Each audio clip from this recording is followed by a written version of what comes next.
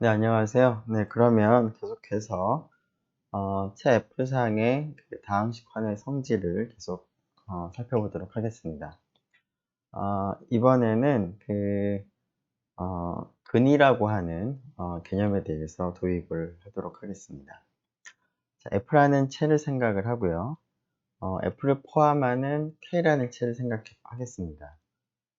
즉, 그 F는 K라는 체의 부분체, 같은 연산에 대해서 체가 되는 그런 경우를 생각을 하겠습니다. 앞에서 우리가 얘기한 것처럼, 그 유리수체와 실수체의 관계라던가, 실수체와 복소수체의 관계를 여러분들이 생각을 하면 되겠습니다. 자, 이때 그 K에 속하는 어떤 원소를 하나 생각을 하겠습니다. 그리고 개수가 체 F상의 원소가 되는 F상에서의 다항식 스몰 fx를 생각을 하는데요. 자, 지금 여기서 A0부터 A1, AN 개수는 F상의 원소고 알파는 F상의 원소가 아닐 수도 있습니다. K상의 원소입니다. 자, 이때 그 A0, A1, AN은 F에 있기 때문에 K에도 있습니다. 자, 그러면 K에 있는 원소이고 또 K는 차가 되기 때문에 K상에서 다음과 같은 계산을 우리가 해볼 수가 있습니다. A0 더하기 A1 알파 해서 AN 알파의 n제곱까지 다 더한 것을 생각할 수가 있는데, 물론 이 값은 K 원소가 되겠습니다. 자, 이 원소를 우리가 다음과 같이 간단하게 표기를 하도록 하겠습니다. 자, 지금까지 우리가 그 다항식을 표현을 할 때 x라는 부정원을 생각을 했는데요. x라는 부정원 대신에 알파를 대체한 형태가 되기 때문에 우리가 그 다음과 같이 표시하기로 하겠습니다. 즉, 앞에 있는 이 값을 간단하게 f 알파라고 표기를 하도록 하겠습니다. 자, 이때 그 f 알파의 값이, 즉 이 값 전체가 0이 되면 알파를 fx라는 다항식의 근이라고 얘기를 하는데요. 이 알파가 K상에 있는 원소이니까 K에서 생각을 했을 때 다항식의 근이 된다 라고 부르도록 하겠습니다. 혹은 근이라는 말 대신에 0점이라는 표현을 쓰기도 하겠습니다. 자, 뭐 예를 들자면 우리가 잘 알고 있는 x제곱 더하기 1이라는 다항식을 생각을 해보면, 잠시만요.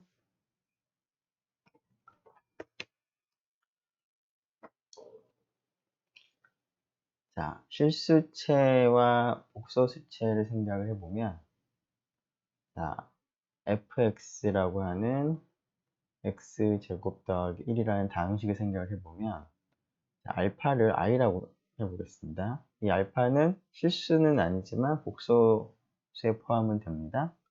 이때 f 알파, 여기서는 f i라고 쓰죠.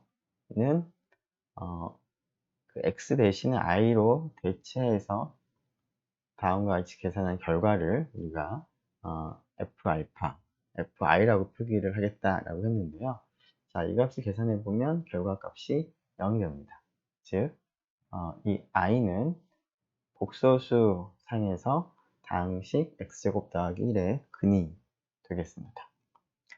자, 이렇게 근이라고 하는 이제 개념을 도입을 했는데요.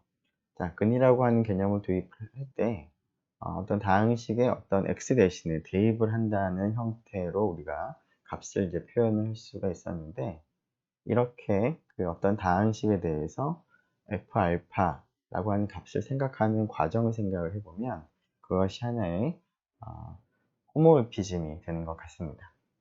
자, 앞에서 우리가 생각한 정의에서와 동일한 상황, 즉 K라는 체의 부분체로서 F라는 체를 생각을 하고, K라는 체에 속하는 알파에 대해서 알파는 하나를 고정하겠습니다.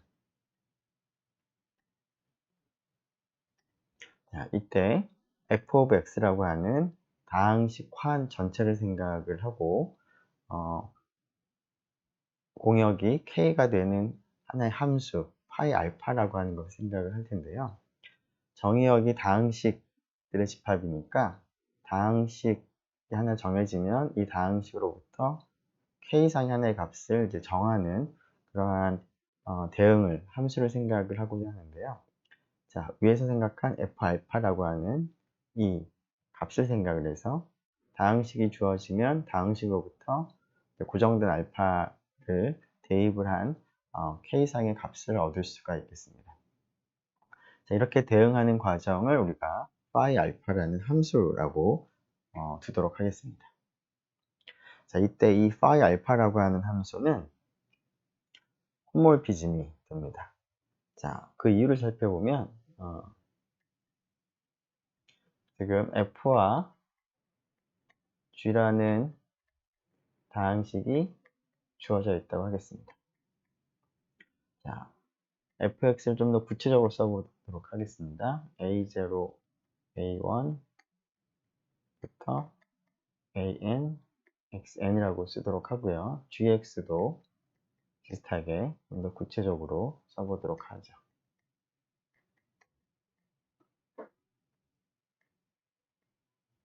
자, 이때 그 fx와 gx를 더한 다항식은 우리가 c0, c1, x죠. x, c, 여기서는 이제 n과 m 서로 다를 수도 있을 텐데요. 그러한 경우에 이제 더 큰 값으로 택하면 될 텐데.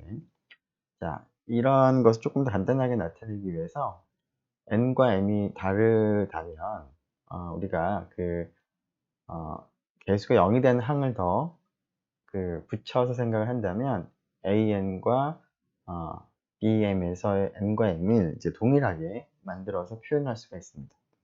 자, 그런 경우로 생각을 하기 위해서 그렇게 바꾸는 경우로 우리가 생각을 해도 될 것 같습니다. 자, 이때 더한 다항식이 이렇게 주어질 텐데 이때 ci는 ai와 bi를 더한 값이 되겠습니다. 자, 그러면 phi 알파에 의해서 fx와 gx 더한 다항식을 생각하면 거기에 phi 알파라는 함수를 이제 대응시키면 결국 c0, c1 알파부터 cn 알파의 n제곱까지를 계산한 것으로 대응을 하는 과정이 될 텐데요. 자, 지금 C0는 이제 C0, C1 이런 것들이 전부 다 AI, BI들로 표현되는 거니까 F상의 원소가 되고요. 그리고 F는 K에 포함됩니다. 여기 있는 값들은 모두 K상의 원소가 되기 때문에 체에서의 성질들을 활용하게 되면 다음과 같이 일단은 C들을 좀 바꿔보도록 하죠.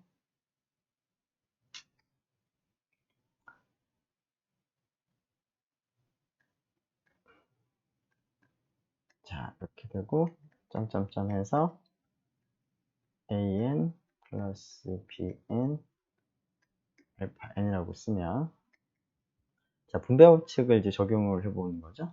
이런 식으로. 자, 그래서 a0, a1이 이제 있는 부분과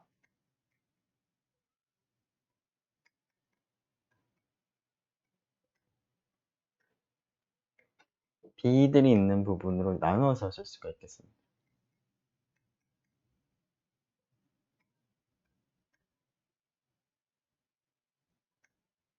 자, 그러고 나면 앞부분은 f 알파에 해당하는 값이고요. 뒷부분은 g 알파에 해당하는 값이므로 이것은 phi 알파에 의해서 f가 대응되고 phi 알파에 의해서 g가 대응되는 값을 더한 것과 같겠습니다. 그래서 phi 알파는 덧셈에 대해서 연산을 보존하는 것을 알 수가 있습니다. 곱셈에 대해서 한번 생각을 해보죠. 곱셈은 이제 식이 약간 이제 복잡해질 수가 있을 것 같은데요. 자, fx를 앞에서는 이제 이와 같이 an으로 표기하고 G도 같은 N으로 표시를 했는데 곱셈에서는 뭐 굳이 같은 인덱스를 사용할 필요는 없으니까 이렇게 쓰도록 하겠습니다. 그리고 여기 등장하지 않은 BK들, 즉 K가 M보다 큰 경우에는 0이 되는 것을 의미하는 것이고요. 여기 A도 A의 K는 모두 0입니다. K가 M보다 큰 경우들은. 자, 이때 fx와 gx의 곱의 결과를 c0, c1x부터 자, 여기서는 이제 최고차 항은 이제 아무리 커봤자 n 플러스 n제곱까지밖에는 나타나진 않겠습니다. 각각이 n차 정도밖에 안 되기 때문에. 자, 이렇게 될 때 ci는 ck라고 할까요? 네, ck는 a의 i, b의 k-i, i가 0부터 k까지 생각을 이제 하면 되겠습니다. 자, 이때 phi 알파의 곱한함수를 적용시켜 보면 c0, c1 알파부터 cn 플러스 m의 알파의 n 플러스 n제곱이 되겠습니다. 자, 이번에는 phi 알파 fx와 phi 알파 gx를 생각을 해보도록 하겠습니다. 곱한 값을. 자, k에서의 곱셈입니다. 자, 그러면 a0, a1 알파, an 알파의 n제곱, b0, b1 알파, b의 bm의 알파의 n제곱이 되겠습니다. 자, 이것을 전개하는 과정을 생각을 해보도록 하죠. 자, 상수항은 a0 곱하기 b0가 되겠고요. 1차 항은 a0 b1 더하기 a1 알파가 하나 곱해져 있는 걸 말합니다. 여기서 알파는 뭐 부정원은 아닌 것이니까 뭐 차수라는 표현이 조금은 적절하진 않지만 이런 식으로 표현되겠죠. 자, 이런 식으로 표현되기 때문에 a0 곱하기 b0가 여기서 얘기하는 c0랑 같습니다. 그리고 이 값은 c1과 같은 거죠. 자, 그런 식으로 해보면 결국 c의 n 플러스 n 가장 가능한 이제 이 경우가 될 텐데, 자, 이렇게 곱해서 되는 그런 경우도 이제 개수가 c로 표시를 할 수가 있고, 따라서 phi 알파 f와 g 곱한 다항식에다가 x 대신 알파를 대입한 것과 같기 때문에 결국 phi 알파의 곱셈을 보존하는 것을 확인할 수가 있습니다. 그래서 위에서 얘기한 phi 알파라고 하는 것은 호모몰피즘이 되겠습니다. 자, 이런 이제 호모몰피즘을 생각을 할 때 f of x 상에 있는 a라는 f 상의 원소만 생각을 해보면 a는 이제 상수다항식으로 우리가 간주를 할 수가 있습니다. 그래서 그러한 상수다항식에 대해서 phi 알파를 적용시켜 보면 x가 아무것도 없으니까 그냥 a만 생각하면 되고, 따라서 phi 알파의 a는 a가 됩니다. 자, 그리고 여기 속하는 다항식 중에서 뭐 가장 단순한 다항식으로서 그냥 x 1차식 하나만 생각을 해보면 당연히 알파가 되겠습니다. 자, 이러한 phi 알파를 사용해서 나머지 정리라는 것을 우리가 생각을 해보려고 하는데요. 앞에서와 비슷하게 K라는 체와 K의 부분체 F를 생각을 하겠습니다. 자, 그리고 F라는 부분체의 원소를 이제 개수로 하는 다항식을 하나 생각을 하고요. 알파는 K의 원소라는 생각을 하겠습니다. 자, 이때 fx를 자, x-알파로 나누는 나눗셈을 한번 생각을 해보도록 하겠습니다. 자, fx나 x 플러스 알파를, 자, 물론 스몰 fx는 개수가 f라는 체에 속하는 것이긴 한데요. f라는 체가 k의 부분체이므로 개수가 k에 속하는 그러한 다항식들을 다 생각하면 그것은 개수가 f가 되는 그런 다항식들 전체를 포함을 합니다. 따라서 fx는 k에 속한 것으로 볼 수가 있고요. 자, x-알파는 당연히 1이나 알파가 k 원소니까, 알파는 지금 k 원소를 택했으니까 k라는 최상에서의 다항식입니다. 그러면 이 두 다항식을 f가 아니라 k라는 최상에서의 다항식판으로 생각을 해서 나눗셈 알고리즘을 적용해보면 fx를 x-알파 곱하기 목, 그 다음에 나머지로 쓸 수가 있습니다. 이때 qx와 rx의 조건은 지금 k라는 최상에서 생각을 하고 있기 때문에 목과 나머지도 f라는 최상에서의 다항식이라는 보장을 할 수가 없고 k상에 있다는 것만 우리가 알 수가 있습니다. 자, 그리고 디그리를 생각을 해보면 x-알파를 나눗셈을 했는데 1차식이니까 디그리는 1보다 작겠습니다. 자, 디그리가 1보다 작으므로 rx는 사실은 상수 다항식이라는 겁니다. 자, 그러면 이 식은 x-알파 qx 더하기 a라고 쓸 수가 있겠습니다. 여기서 a는 이제 k상의 원소가 되겠습니다. 자, 그런데 이 a가 어떤 특징을 갖는지를 생각을 해보기 위해서 우리가 앞에서 확인한 phi 알파라고 하는 홈모르피즘을 적용을 해볼 텐데요. 자, fx에다가 적용을 해보도록 하죠. 그러면 이 값은 f 알파라고 우리가 쓰는 거죠. phi 알파의 fx를 우리가 f의 알파라고 쓰기로 그러니까 약속을 했습니다. 이 기호에 의해서. 그런데 phi 알파는 홈모르피즘인데요.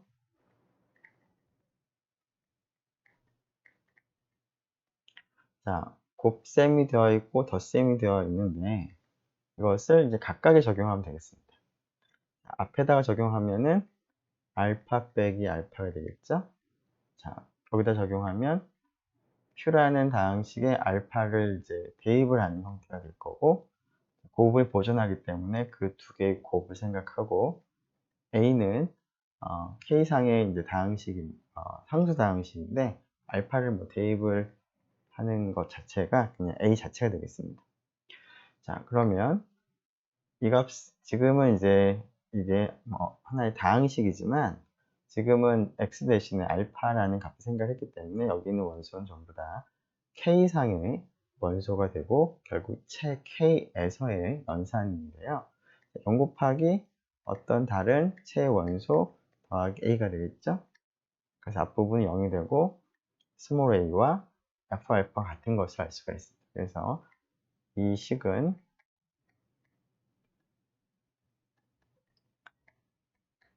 다음과 같이 바꾸실 수가 있겠습니다. 그래서 fx를 x-알파로 나누면 몫이 우리가 생각을 할 수가 있고 나머지는 특별히 대입한 값 f알파가 되겠다라는 것을 우리가 확인할 수가 있습니다. 사실 이 내용은 이제 고등학교 과정에서도 나머지 정리해서 다뤘던 내용이긴 합니다. 우리가 조금 더 체라는 입장에서 일반적으로 우리가 얘기를 이제 하는 내용이 되겠습니다. 자, 앞에서 우리가 근이라는 표현을 썼는데요. 자, 근은 f알파가 0이 되는 것을 fx의 k상에서의 근이라고 불렀습니다. 자, 이 f알파가 만일에 0이 되면 결국 fx는 다음과 같이 K상의 다항식 곱으로 쓸 수가 있다는 겁니다. 자, 그래서 그 사실을 생각을 해보면 알파가 fx의 근이 되면, 자, 이것은 먼저 했죠? 근이 되면, 즉 f알파 0이면 fx는 x-알파 q 곱하기 x로 쓸 수가 있죠. 자, 이것을 달리 표현하면 x-알파가 fx의 약수가 됩니다. 자, 근데 약수라는 표현을 할 때 한 가지 주의할 것은 k 상에서 생각을 할 때 그렇습니다. 왜냐하면 이것도 k 상에서의 다항식이고 qx도 우리가 보장할 수 있는 것은 k 상에서의 다항식만을 생각할 수 있기 때문에 설사 여기 있는 알파가 그 k의 원소가 아니라 f의 k의 원소 되겠죠? k의 원소일 뿐만 아니라 f의 원소라고 하더라도 오른쪽이 어떻게 될지, 오른쪽이 아니라 그 qx가 어떻게 될지는 이제 사실 뭐 그 경우는 상관없는데요. 네. 다시 하죠. 알파가 F상의 원소라는 보장을 못하므로 QX도 F상의 원소라는 보장을 못하기 때문에 우리가 확실히 할 수 있는 것은 K라는 최상에서의 다항식환에서 이러한 약수배수 관계가 있다는 것이지 이것이 이 말을 의미하지는 않습니다.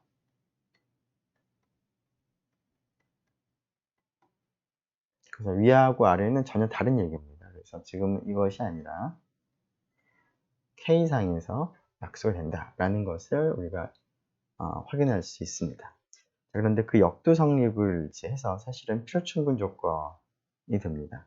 즉 KX 다항식환에서 x-알파가 fx의 약수가 되면 이쪽 방향을 생각해 보죠. 자, x-알파가 fx의 약수가 되면 어떨까요? fx는 x-알파와 또 다른 다항식의 곱으로 쓸 수가 있는데 이때 qx는 k상에서 우리가 생각을 하는 거니까 개수가 k에 속하는 것으로 이제 구성된 다항식 qx가 존재해서 다음과 같이 표시할 수가 있다는 것입니다. 자, 이때 이 다항식에다가 파이 알파를 적용해 보면 그렇게 되겠죠? 이것은 무슨 f 알파가 됩니다. 자, 이것은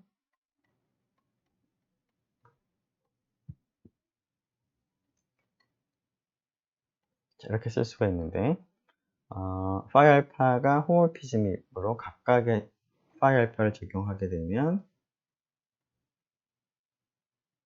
이렇게 되겠죠? 그래서 0이 되겠습니다. 즉 오른쪽을 성립하면 f 알파가 0이 되는 것을 알 수가 있고 즉 알파가 fx의 근이 되는 것을 알 수가 있습니다. 그래서 필요충분 조건이라는 것을 우리가 확인할 수 있겠습니다. 자, 그래서 어떠한 값을 대입을 해서 그것이 이제 0이 되는지, 즉 다항식의 근이 되는지를 확인하면 x-알파로 나누어 떨어지는지를 확인할 수가 있겠습니다.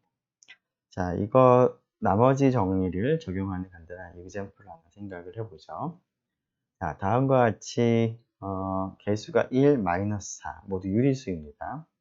즉 fx라고 하는 이 4차 다항식은 유리개수 그런 다항식인데 자, 여러분들이 이 x의 4제곱 마이너스 4를 인수분해를 한다고 생각을 해보면 우선 이렇게 인수분해를 이제 할 수가 있겠죠? 자, 그렇게 인수분해를 하고 나서 이쪽을 더 인수분해를 할 수 있을까? 혹은 이쪽을 더 인수분해를 할 수 있을까를 생각을 해보면 이쪽은 뭐 쉽지는 않을 것 같은데 물론 이제 하면은 복소수까지 필요하죠. 복소수 상에서는 그런 인수분해가 더 됩니다. 그리고 이 부분도 보면 루트 2를 포함을 해서는 인수분해를 할 수가 있지만, 우리가 만약에 인수분해를 이제 하는 그 체를 생각을 할 때 유리수체 상에서만 생각한다면 더 이상 유리수체에 있는 원소를 개수로 하는 다항식으로 더 작게 인수분해를 하기가 힘들겠습니다. 자, 그래서 어떠한 그 체상에서 보느냐에 따라서 인수분해가 더 진행을 할 수도 있고 진행을 할 수도 없는데요. 진행을 못하기도 하는데요. 일단 루트 2라고 하는 값을 보면 유리수하고 실수체 관계에서 루트 2는 실수이긴 하지만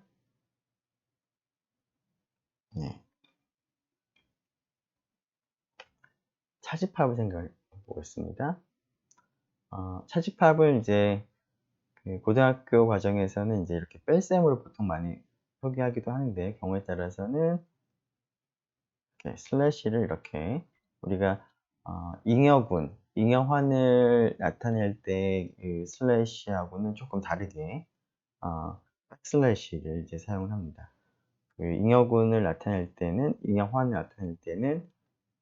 그런 포워드 슬래시를 사용을 했었는데, 그것과는 다르게 차집합이라는 의미를 쓸 때는 이렇게 나타내기도 하는데요. 자, 루트 2는 실수이긴 하지만 유리수는 되지 않습니다. 자, 그래서 그 앞에 나머지 정리를 적용하는 과정 생각을 해보면 F를 유리수체라고 생각을 하고요.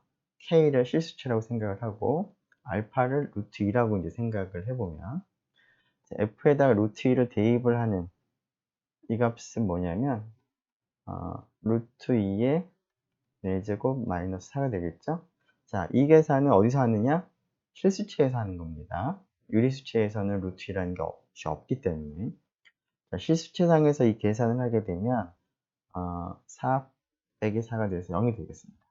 즉 f 루트 2가 0이 되므로 루트 2는 이제 근이 되는 거죠. 물론 루트 2는 실수로서 실근이 되는데, 물론 유리수 근이는 안 됩니다. 유리수 근이는 아닙니다. 따라서 이 나머지 정리에 의해서 x 빼기 루트 2로 fx가 나누어 떨어지겠습니다. 자, 그런데 나누어 떨어진다라는 표현에서 실계수 다항식환을 생각을 할 때 그렇다는 것이지, 유리계수 다항식환을 생각을 해서 그렇다는 것은 아닌데, 이게 무슨 얘기냐? fx를 x 빼기 루트 2와 다른 다항식 곱으로 쓸 수 있는데, 이때 qx를 구성하는 개수가 모두 유리수라는 보장을 못하고 실수에 있다는 것 정도만 보장을 할 수 있다는 겁니다. 여기서 q라고 썼는데 여기서는 g라고 썼습니다. 자, 즉 실계수 다항식 gx가 존재한다라는 것을 이제 얘기를 할 수는 있지만, 유리계수 다항식으로 우리가 인수분해를 하는 것은 이거를 더 이렇게 차수가 작은 다항식으로 인수분해하는 것은 유리계수 입장에서는 불가능하죠. 네. 그래서 어떠한 체상에서 인수분해를 하느냐, 어떠한 체상에서 근이냐에 따라서 약수, 배수, 나눗셈을 생각할 때 우리가 생각하는 체를 주의 깊게 살펴볼 필요가 있겠습니다. 자, 이번에는 그 앞에서 우리가 기하당식의 여러 가지 중요한 성질들을 살펴보고 마치 정수에서 소수에 해당하는 역할을 하는 것이다 라는 얘기를 했는데요. 지금 그 Q라고 하는 체상에서 x제곱 마이너스 2와 x제곱 플러스 2는 조금 전에 더 작은 차수를 가진 다항식으로 인수분해가 되지 않는다라는 얘기를 했는데요. 사실은 엄밀하게 왜 그렇게 인수분해가 되지 않는가 하는 것을 우리가 얘기를 하지 않은 상태에서 그냥 결과만 얘기를 했는데, 그것을 조금 더 자세하게 살펴보기 위해서 CRM 3.12.20을 우리가 살펴보도록 하겠습니다. 3.12.20에서는 특별한 상황에서 어떤 다항식이 기하다항식인지 아닌지를 확인할 수 있는 그런 방법을 이제 살펴보도록 하겠습니다. 자, F라는 채를 하나 생각을 하고요. F라는 채상에서의 다항식 PX를 생각을 하겠습니다.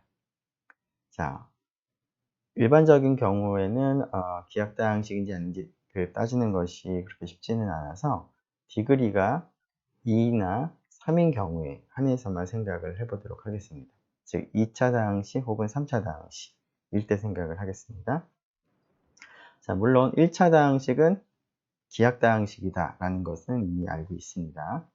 자, 2차 다항식 중에서는 뭐 기하다항식도 있고 아닌 것도 있고요. 3차도 마찬가지인데요.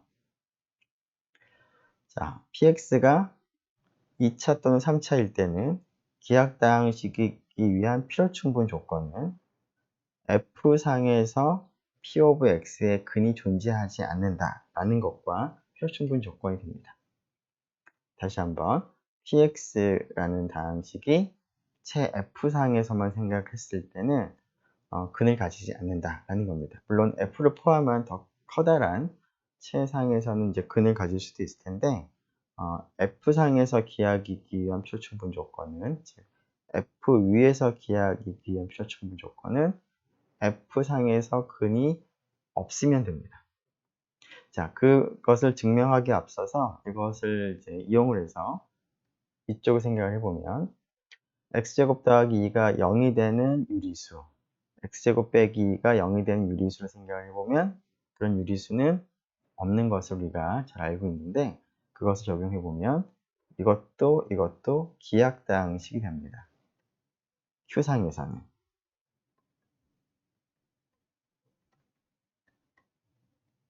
자, 그래서 이것은 더 이상 작은 차수의 다항식의 곱으로 이제 나눌 수가 없습니다. 자, 그러면 정리 3.12.20을 한번 확인을 해보도록 하겠습니다. 자, 여기다가 뭐 직접 하죠. 자, 기하기 위한 필요충분 조건을 앞에서 우리가 디그리 입장에서도 생각을 했었는데요. 앞에서 이제 디그리 입장에서 생각을 해보면, 자, px, 네, 지금 가야기기 위한 필요충분 조건은 이제 근을 가지지 않는다라는 것인데요. 자, 그것의 이제 대우명제를 생각을 해보도록 하겠습니다. 자, px가 가야길 필요충분 조건을 생각을 해보겠습니다. 자, px가 가야길 필요충분 조건은 어떤 gx와 hx가 존재하는 것입니다. 지금 F상에서. 자, 어떤 거냐면 디그리 입장에 생각을 해보면 px가 gx와 hx의 곱으로 표현을 하면서 g의 디그리가 1보다는 같거나 크지만 p보다는 작고 h도 마찬가지로 디그리가 1보다는 같거나 크지만 p의 디그리보다는 작은 조건을 만족하는 다항식이 존재하는 것과 가약 다항식이 된다는 것이 동치가 됩니다. 자, 그런데 이러한 조건을 만족하는 gx하고 hx가 있는데 p의 디그리가 2차나 3차이기 때문에 위의 조건을 만족하면, 그래서 이쪽을 먼저 보죠. 그러면 gx의 디그리, 그러니까 px의 디그리가 2라고 하죠. 자, 이 녀석이 2차라고 한다면 g도 1차고 h도 1차여야 됩니다. 자, 3차일 땐 어떤가 볼까요? 여기 3차면은 g의 디그리는 1 또는 3이 되고요. 1 또는 2가 되고요. h의 디그리도 1보다는 같거나 크고 3보다는 작아야 되므로 1 또는 2가 됩니다. 자, 근데 g가 1차라면 두 녀석을 곱해서 px가 되기 때문에 h가 2차가 돼야 되고 g가 2차가 된다면 h가 반드시 1차가 돼야 됩니다. 그래서 어쨌거나 g하고 h 둘 중에 하나는 최소한 1차 다항식이 반드시 존재합니다. 디그리가 2일 때는 둘 다 1차씩, 디그리가 3일 때는 두 개 중에 최소한 하나는 1차씩. 그래서 어떤 1차식이 존재합니다. 자, 그 1차식을 그냥 그 못 이긴 다항식 형태로 우리가 쓸 수도 있기 때문에 이렇게 쓰도록 하죠.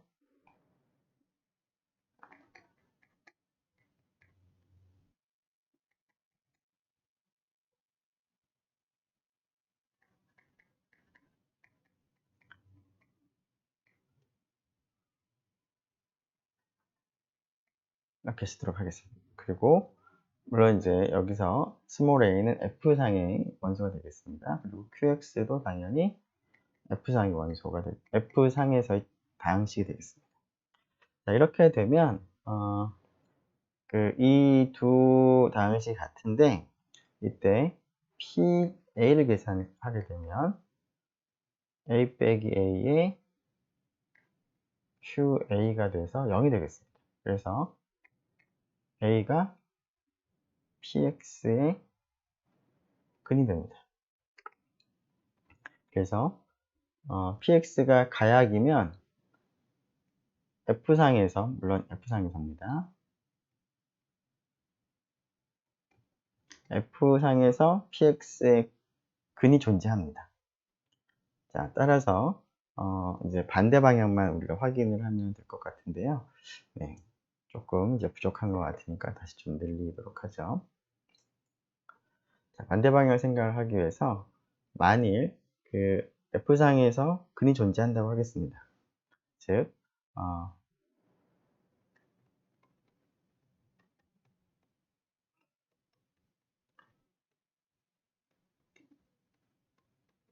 F상에서의 근이 존재한다라고 하겠습니다. 자, 그러면 앞에서 나머지 정리에 의해서 P알파가 0이므로 지금 이 나머지 정리 생각을 할 때 앞에서는 이제 두 개의 채를 생각을 했는데요. 지금 그 F라는 채상에서 우리가 적용을 해도 되기 때문에 A 자체가 F상의 원소이기 때문에 자, 그러면은 자, 네, 이렇게 쓰죠. 조금 자세히 써보도록 합시다. 자, 그러면 X-A는 F상의 원소를 개수라는 다항식이고 나눗셈 알고리즘을 적용해 보면 지금 PX도 F상의 이제 다항식입니다. 자, 그러면 나눗셈 알고리즘을 이제 F상에서 적용을 해보게 되면 PX를 X-A로 나눌 때 목과 나머지가 존재할 텐데 일단 쓰죠. 네.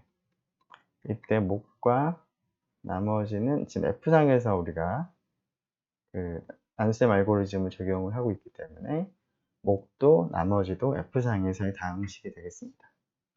자, 그리고 그 디그리가 지금 1보다는 작아야 되겠습니다.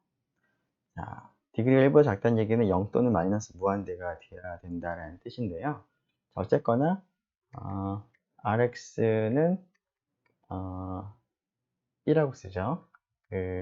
F상의 값이 되겠습니다. 상수 다항식이 되겠습니다. 그러면 x-a qx 더하기 b라고 이제 쓰고 지금 pa가 0이 되기 때문에 a를 이제 대입을 해보면 즉 phi a를 이제 적용을 시켜보면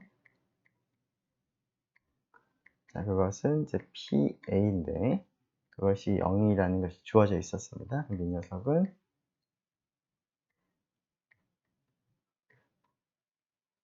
다음과 같이 쓸 수 있으므로 결국 a를 대입을 하는 건데 그러면은 a 빼기 a qa 플러스 b가 되겠죠. 그래서 b가 됩니다. 그러면 b가 0이라는 것을 알 수가 있죠. 즉 px가 x-a 곱하기 qx로 써질 수 있고 따라서 px를 그거보다 더 작은 차수의 다항식의 곱으로 우리가 표현을 할 수가 있겠습니다. 1차식과 다른 2차식 곱으로 이제 표현을 할 수가 있다는 것이죠. 따라서 px는 가약당식이 되겠습니다. 자, 그러면 조금 전에 가약이면 근을 가지고 또 F상에서 근을 가지면 가약이다 라는 것을 우리가 확인을 했고, 그 명제를 이제 대우 명제를 생각을 해보면 그 기약이기 위한 필요 충분 조건은 F상에서 근을 가지지 않는다 라는 것을 우리가 얻을 수가 있습니다. 이것을 활용을 해서 그 기약당식이지 아닌지를 판단하는 한 가지 방법을 생각을 해보도록 하겠습니다. 실수체 R상에서의 다항식 X제곱 더하기 1을 생각을 해보면, 자, X제곱 더하기 1은 실수 중에서는 근을 가지지 않습니다. 그 이유는 임의의 실수에 대해서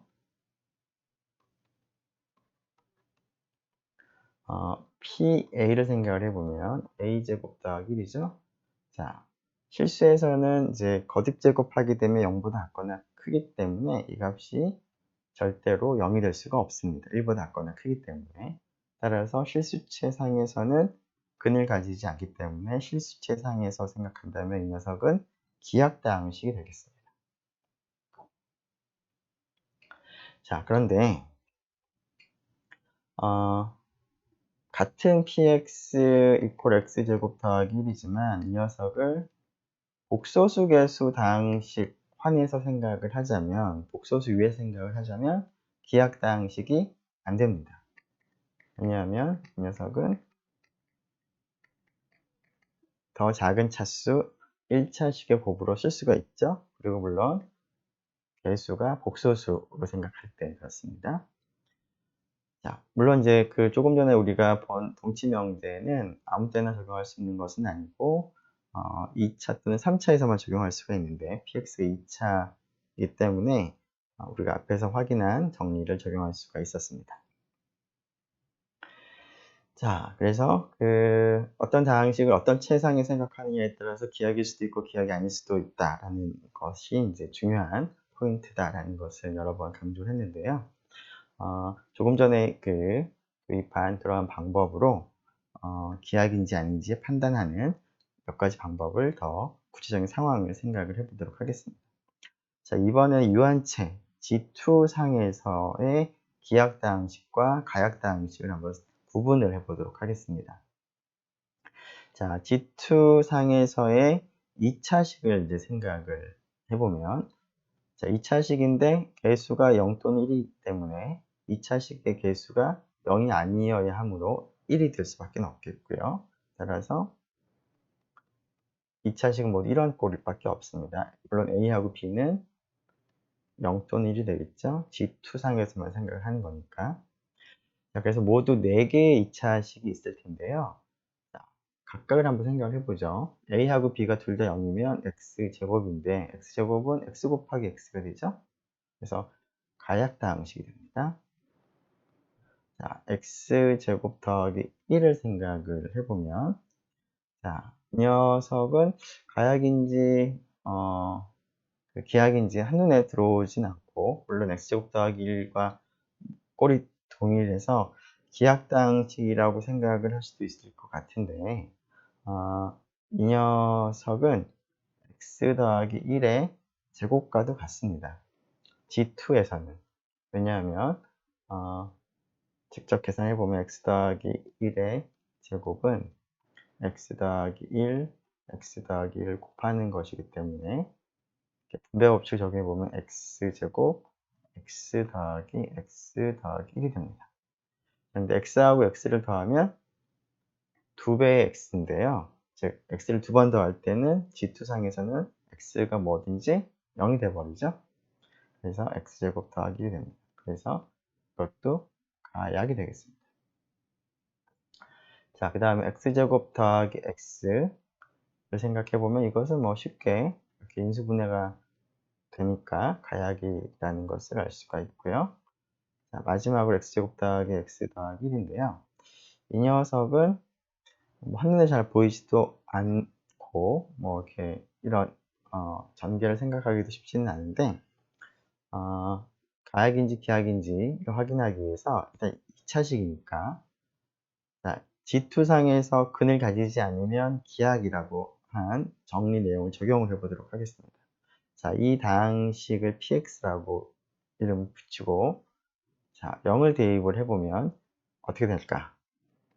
생각해보면 1로 0이 되지 않습니다. 자, 1을 대입해보면 마찬가지로 0이 되지가 않죠? 즉, 이 녀석은 G2상에서 근을 가지지가 않습니다. 따라서 기하학이 되겠습니다.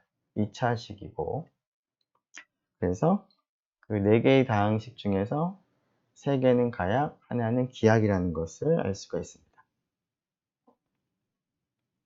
자, 이 3개 다항식은 이렇게 인수분해가 더 작은 차수, 1차식의 곱으로 표현되니까 가약이라는 것이 확실하고요.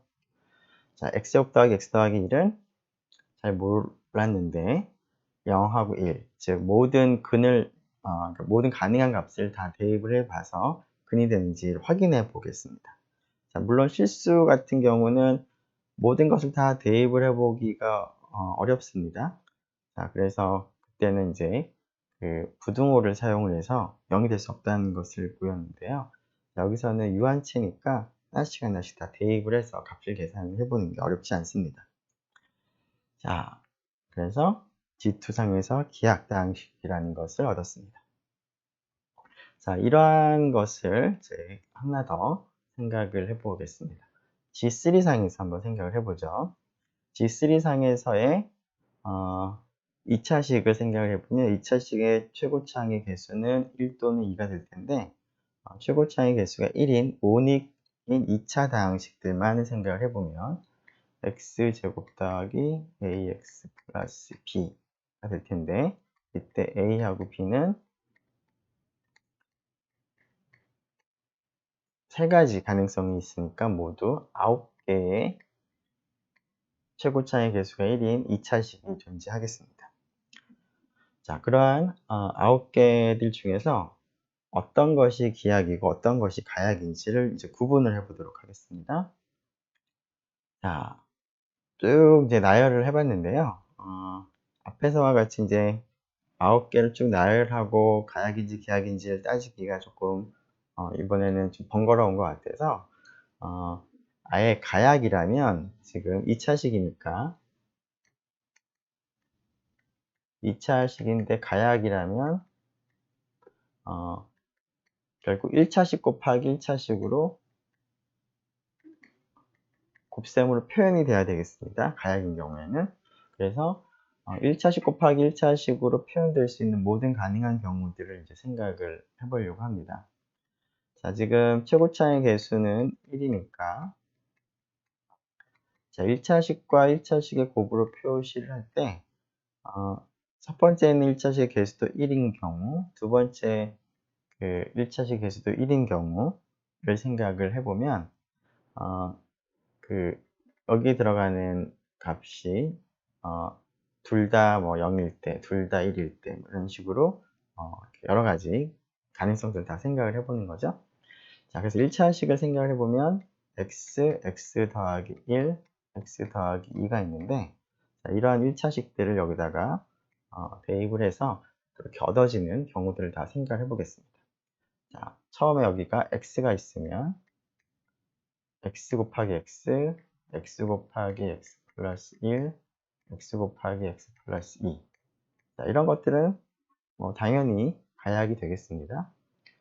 자, 물론 이것은 x의 제곱이고요. x 제곱 더하기 x가 되고 얘는 x 제곱 더하기 2x가 되겠습니다. 자, 그 다음에는 x 플러스 1이 곱해진 것을 생각을 해볼 텐데요.